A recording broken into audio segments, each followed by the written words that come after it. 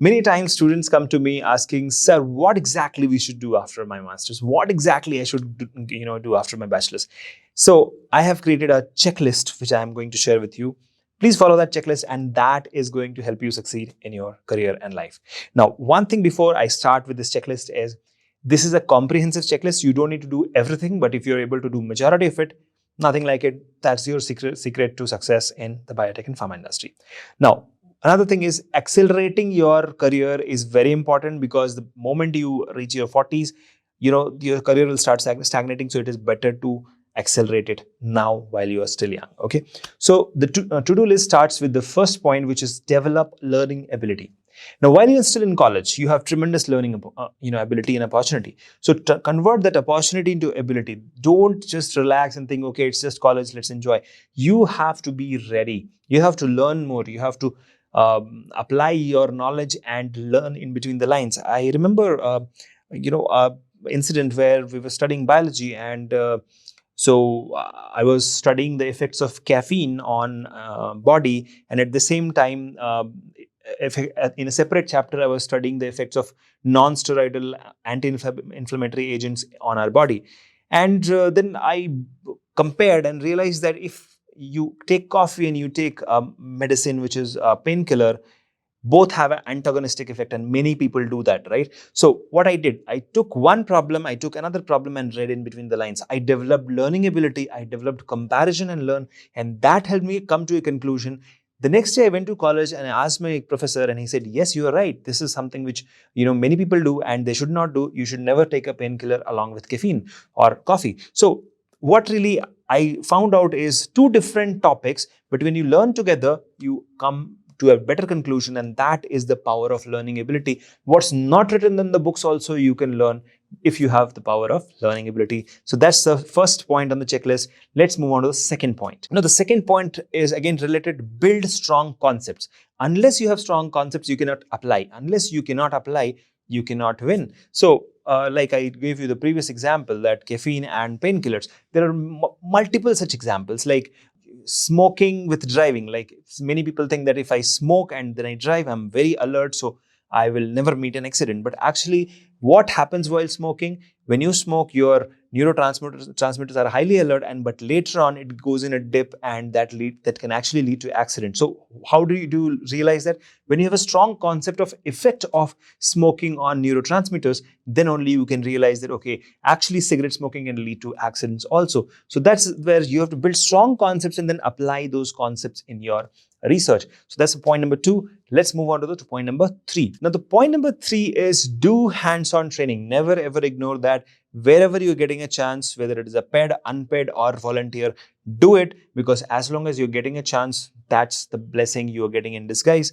There are many projects which happen, JRF, SRF, temporary projects happens across CSR labs, where you can apply, work as a research assistant, learn the craft, and then you can apply. So that's my third point. Moving on to the fourth point. Now, the fourth point is data interpretation. It's not necessary that you have to do all the hands-on, but it is very important to know how to interpret all that data and conclude. So if you remember your college days, you used to have three samples, and then one will be control, and then two samples, and finally you'll reach your conclusion. Same way, when you're doing your PhD or your research, you will get a lot of data. Now, to analyze those data points, you should be mathematically sound, you should be analytical, you should have a great statistical approach towards your problem, and that is something which you should learn and develop over a period of time. So the next point which I have for you is publishing research papers in high impact journals. So of course you did research, now you publish some data, and that data must always be published in HIJ, which is high impact Scopus indexed journals. When you do that, you build your reputation, you get citations, and wherever you'll apply, you can mention that you have published so many papers, and that will impress the next project investigator, and he will hire you faster. So that's a secret, guys. Always, whenever you're getting a chance, publish a paper, become a co-author or a alone author, doesn't matter. But as long as you're getting a chance to publish in a high impact journal, that's very, very important. If in case you want to learn how to publish in a high impact journal, you can always reach out to Biotecnika. We have several courses and workshops which will help you out.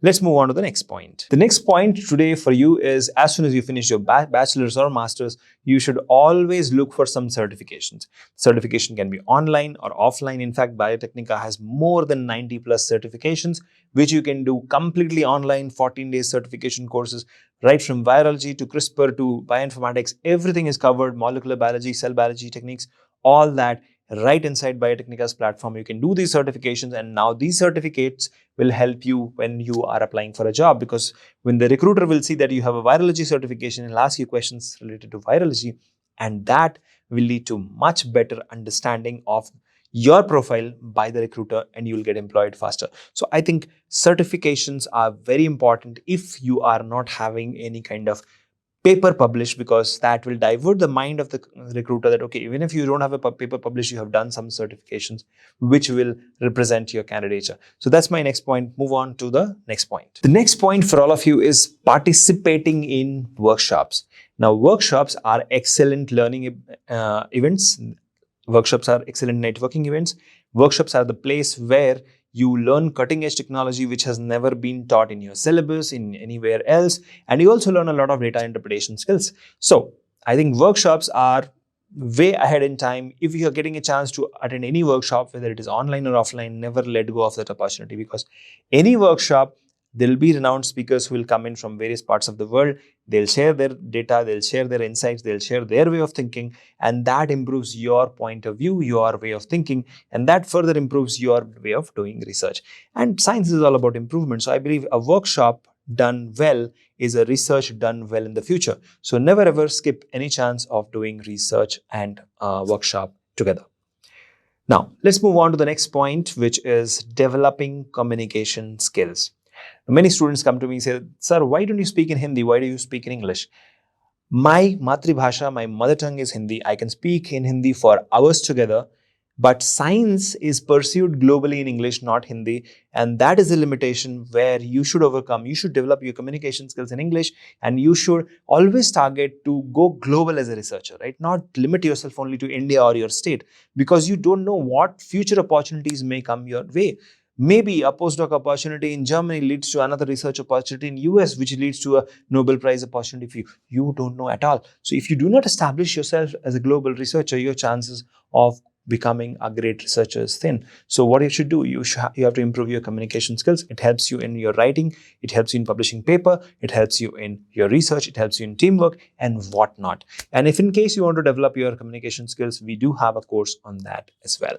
Now, next one which we have is very, very important, and which I have talked almost in every video, and that is networking on LinkedIn as well as in offline events. Now, you are just one person, just like this finger. But when 10 fingers come together, it becomes a stronger team, right? You cannot be successful as a one individual. You have to have a team. Your network is your team, and you don't know who in the future from that network will come and become part of your team. So it's very important to network with people, self-brand yourself, reach out to people, and create connections. Okay, nurture those connections and further seeking help whenever you require. So this leads to a very important aspect of your career, which is, even though you are in a smaller lab, you get a chance to meet to someone who is in a bigger lab, and then you collaborate and do some bigger research. So that is one very important part of the checklist. So these were the, I think, 10 or 11 pointers which you must do while you are doing or finish your bachelor's or master's. Remember doing all this. If you have already done it, let me know in the comment section. If you want to do something and you need help, let me know that as well. I will guide you. And if you want to reach out to me, you can always email me at shekhar@biotechnika.org. I personally reply to every student who mails me. And of course, any questions or queries you have, you can always reach out to me. Thank you so much. See you in the next one. Till then, take care. Bye-bye.